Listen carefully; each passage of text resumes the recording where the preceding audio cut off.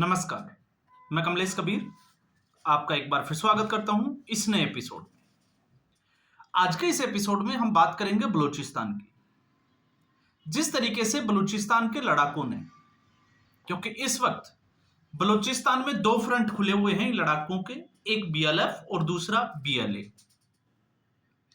तो इन लड़ाकों ने भारत सरकार से मदद मांगी थी कि अगर भारत सरकार इनकी मदद करती है तो वो बलूचिस्तान को पाकिस्तान से आजाद करा देंगे और पाकिस्तान का नामो निशान मिटा देंगे।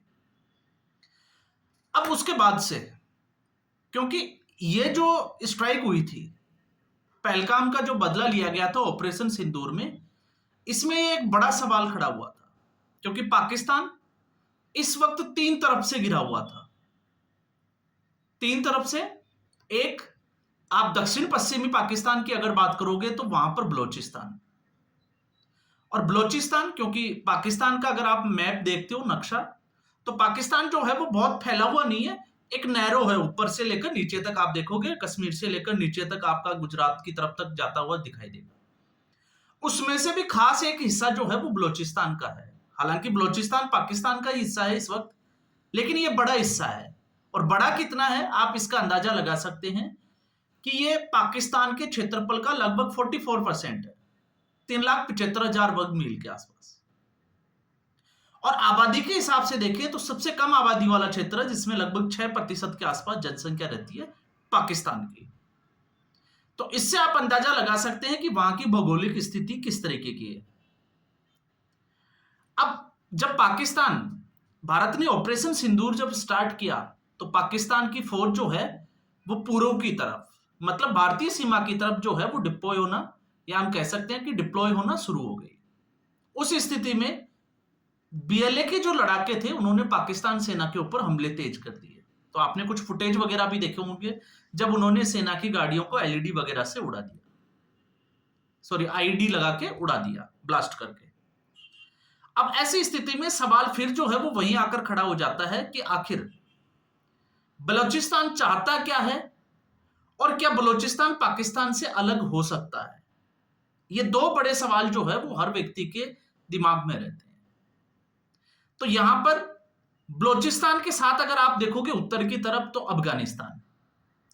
अब इस वक्त पाकिस्तान के खिलाफ बलूचिस्तान खड़ा है, आप देखोगे उधर अफगानिस्तान, तालिबानी जो लड़ाके हैं, और एक तरफ भारत। तो तीन तरफ से घिरा हुआ है। और आप समझ सकते हैं कि ऐसी स्थिति में, हालांकि मीडिया कुछ और कहता है, लेकिन आप इसके प्रभाव को भी समझ सकते हैं कि पाकिस्तान ने सीज फायर करने के लिए भारत को फोन क्यों किया, पाकिस्तान के डीजीएमओ ने। क्योंकि पाकिस्तान को पता था कि अगर पाकिस्तान लंबी लड़ाई लड़ेगा तो बलूचिस्तान उसके हाथ से निकल जाएगा। और फिर उसमें चीन का दबाव। अब चीन का दबाव, क्योंकि खबरें जो है वो हम देख रहे हैं, उसके उलट एक जो है, यह भी खबर है और ये इसकी वास्तविकता भी है कि चीन भी चाहता था कि पाकिस्तान कमजोर नहीं पड़े, क्योंकि अगर पाकिस्तान इस बार कमजोर पड़ा तो 1971 में जो पाकिस्तान का हश्र हुआ था, बांग्लादेश टूटकर अलग हुआ था, ठीक वैसे ही बलूचिस्तान अलग हो जाएगा। और बलूचिस्तान अगर अलग हो जाता है तो उसका असर पाकिस्तान से ज्यादा चाइना के ऊपर पड़ेगा। तो ये चाइना की चाल भी है।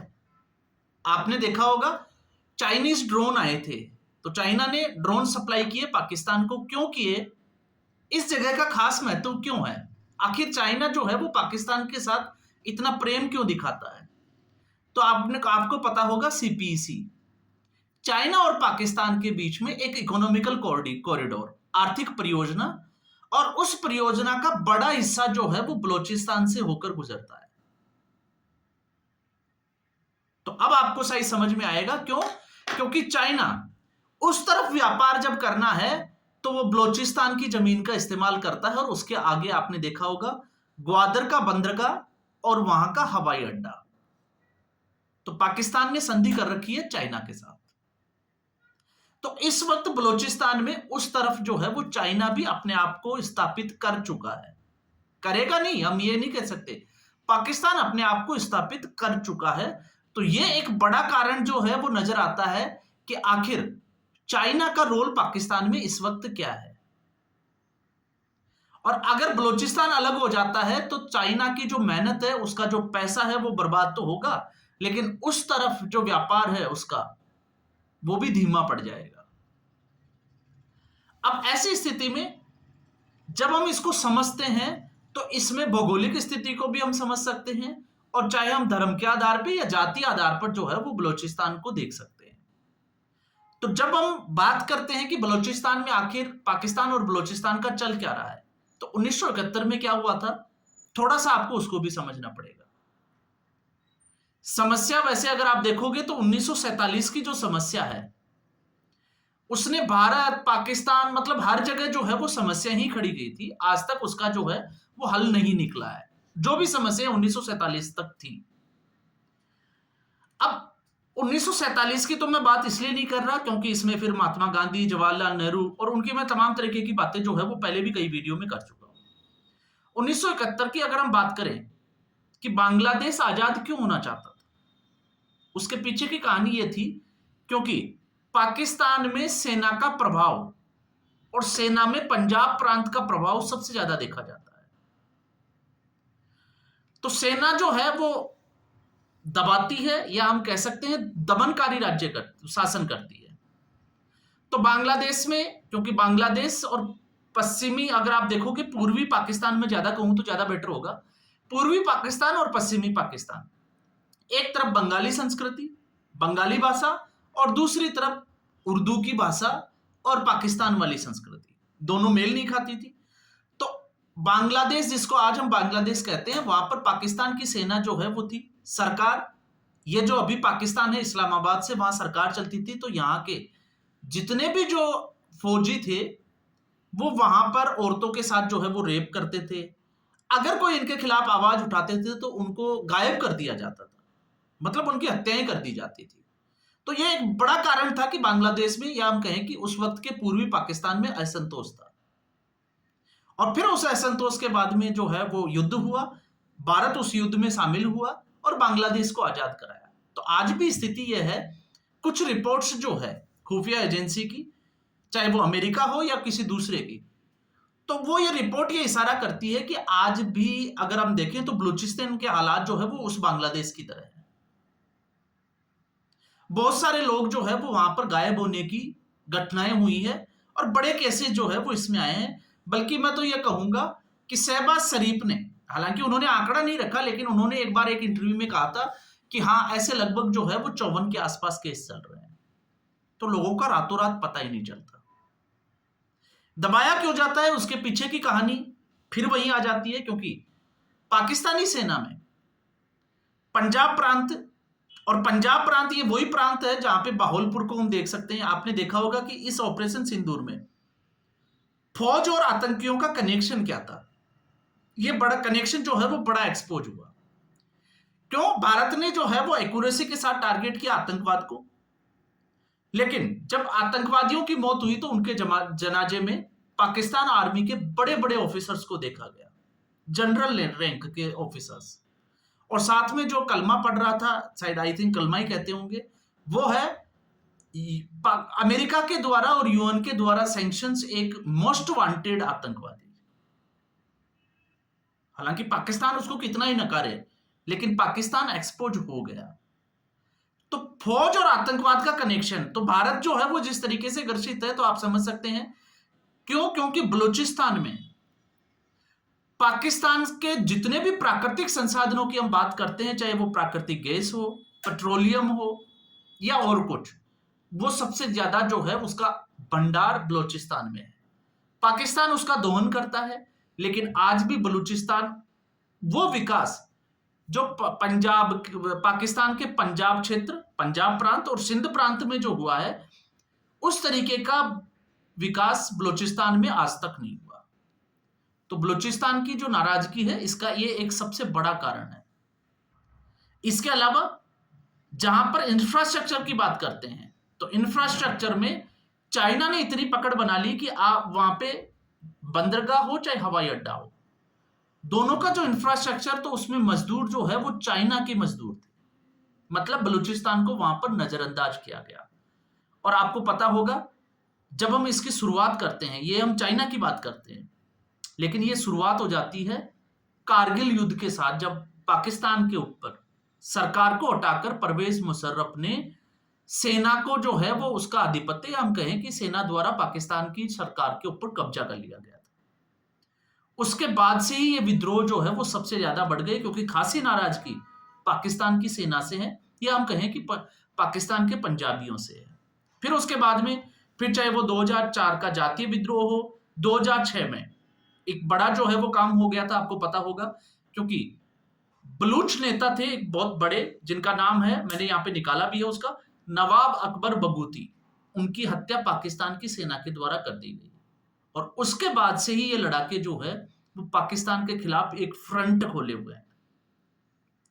अब ऐसी स्थिति में अगर ये युद्ध भारत और पाकिस्तान का 2 या 3 दिन अगर और चल जाता, तो पाकिस्तान जो है वो एक मोर्चे पर कमजोर पड़ जाता, क्योंकि आपको पता होगा पाकिस्तान ने अपनी सेना जो है वो अलसू की तरफ भेजना शुरू कर दी थी।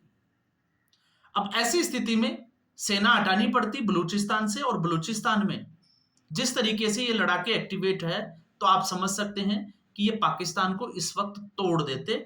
इसलिए जो है वो ये लगातार जो है वो आवाज उठ रही है कि भारत को ये युद्ध 2 या 3 दिन और चलाना चाहिए था। और पाकिस्तान इतना कमजोर हो गया था कि उसके एयरबेस तबाह हो गए, तो आपको पता होगा कि फाइटर जेट उड़ान कहां से भरेंगे। और यही एक मजबूरी थी जिसमें आज हम जो है वो अमेरिका की बात करते हैं। तो अमेरिका से ज्यादा इस सीज फायर में चाइना का रोल था। चाइना का अपना निजी स्वार्थ था, क्योंकि अगर बलूचिस्तान गलती से भी अलग अलग हो जाता है, तो चाइना की जो कूटनीतिक तौर पे और आर्थिक तौर पे कमजोर नजर आता है भारत के खिलाफ। तो अभी जो आप देख रहे होंगे सोशल मीडिया पे लगातार वीडियो बन रहे हैं कि चाइना को मिर्ची क्यों लग रही है, तो उसकी बड़ी वजह यह है कि चाइना को मिर्ची इस वजह से लग रही है क्योंकि इसमें चाइना का स्वार्थ निहितार्थ है। चाइना चाहता है कि बलूचिस्तान पाकिस्तान के साथ जुड़ा रहे, और बलूचिस्तान तब तक पाकिस्तान के साथ रह सकता है जब तक पाकिस्तान की सेना मजबूत है, पाकिस्तान मजबूत है। अगर पाकिस्तान कमजोर पड़ता है, तो भले ही ये संख्या में आपको लगता हो 4000, 5000 और 6000 के बीच में, क्योंकि इनके पास 5-6 हजार के आसपास ही लड़ाके हैं, और ये जनजातीय जो लड़ाके हैं, लेकिन ये लड़ाके भी अपने आप में अगर हम देखें तो इतनी हिम्मत रखते हैं कि ये बलूचिस्तान को आजाद करवा सकते हैं। बस इनको थोड़ा सा अगर आप देखोगे तो बाहर के सपोर्ट की जरूरत है, क्योंकि इसके साथ में पाकिस्तान के, आपको पता होगा, तालिबान, टीटीपी, वो भी शुरू हो जाता है, तो पाकिस्तान यहां पर कमजोर जरूर दिखाई देता है। हालांकि उम्मीद थी कि ऐसा होगा, लेकिन इस बार जो है वो नहीं हो पाया। लेकिन जब हम इसके पाकिस्तान के इतिहास को, उसके भौगोलिक इतिहास को, और पाकिस्तान के खिलाफ जो विद्रोह हुए हैं उनकी अगर बारीकी से हम स्टडी करते हैं, तो उसमें आपको अंदाजा जरूर लग जाएगा, क्योंकि निकट भविष्य में पाकिस्तान के अगर हालात यही रहे, तो पाकिस्तान एक नहीं, जिसकी हम बात करते हैं बलूचिस्तान की, फिर पाकिस्तान लगभग जो है वो 4 टुकड़ों में डिवाइड हो सकता है, जिसमें बलूचिस्तान ले सकते हो, खैबर पख्तूनख्वा, क्योंकि पश्तून, पाकिस्तान आर्मी में बलूचों की संख्या कितनी है आप स्टडी करोगे, आपको अपने आप अंदाजा लग जाएगा। पश्तूनों की संख्या कितनी है उसका भी पता चल जाएगा। पीओके भारत जो है वो तैयार बैठा है। तो फिर बचता है पंजाब और सिंध। तो पंजाब और सिंध की स्थिति भी इस वक्त जो है वो, मुझे लगता है कि बलूचिस्तान को अकेले को शामिल नहीं करना चाहिए। इस वक्त सिंध प्रांत भी जो है वो पाकिस्तान सरकार के खिलाफ खड़ी है। और क्यों खड़ी है उसकी वजह है, सिंधु नदी का ग्रीन पंजाब प्रोजेक्ट के तहत जो है वो 5 से 6 नहरें जो है वो पंजाब प्रांत की तरफ निकाली गई है। मतलब सिंध प्रांत के पानी के ऊपर पंजाब प्रांत जो है वो कब्जा करने की सोच रहा है, इसलिए वहां के लोग सड़कों पर है। और ऐसी स्थिति में अगर भारत पाकिस्तान के सिंधु नदी का पानी रोकने में कामयाब हो जाता है, तो फिर आप देखिएगा पंजाब की जो सरकार, या हम कहें कि पंजाब की जो फौज है, उसके खिलाफ सिंध प्रांत भी खड़ा हो जाएगा। ये इसमें जो है वो एक नया डेवलपमेंट होगा। तो पाकिस्तान एक मोर्चों पे नहीं, इस वक्त अलग अलग मोर्चों पे गिरा हुआ है। बस इसको समझने की, इसके ऊपर स्टडी करने की जरूरत है। तो फिलहाल इस एपिसोड में इतना ही। उम्मीद करूंगा ये वीडियो एपिसोड आपको पसंद आया होगा। वीडियो को लाइक करें, शेयर करें, चैनल जरूर सब्सक्राइब करें। धन्यवाद।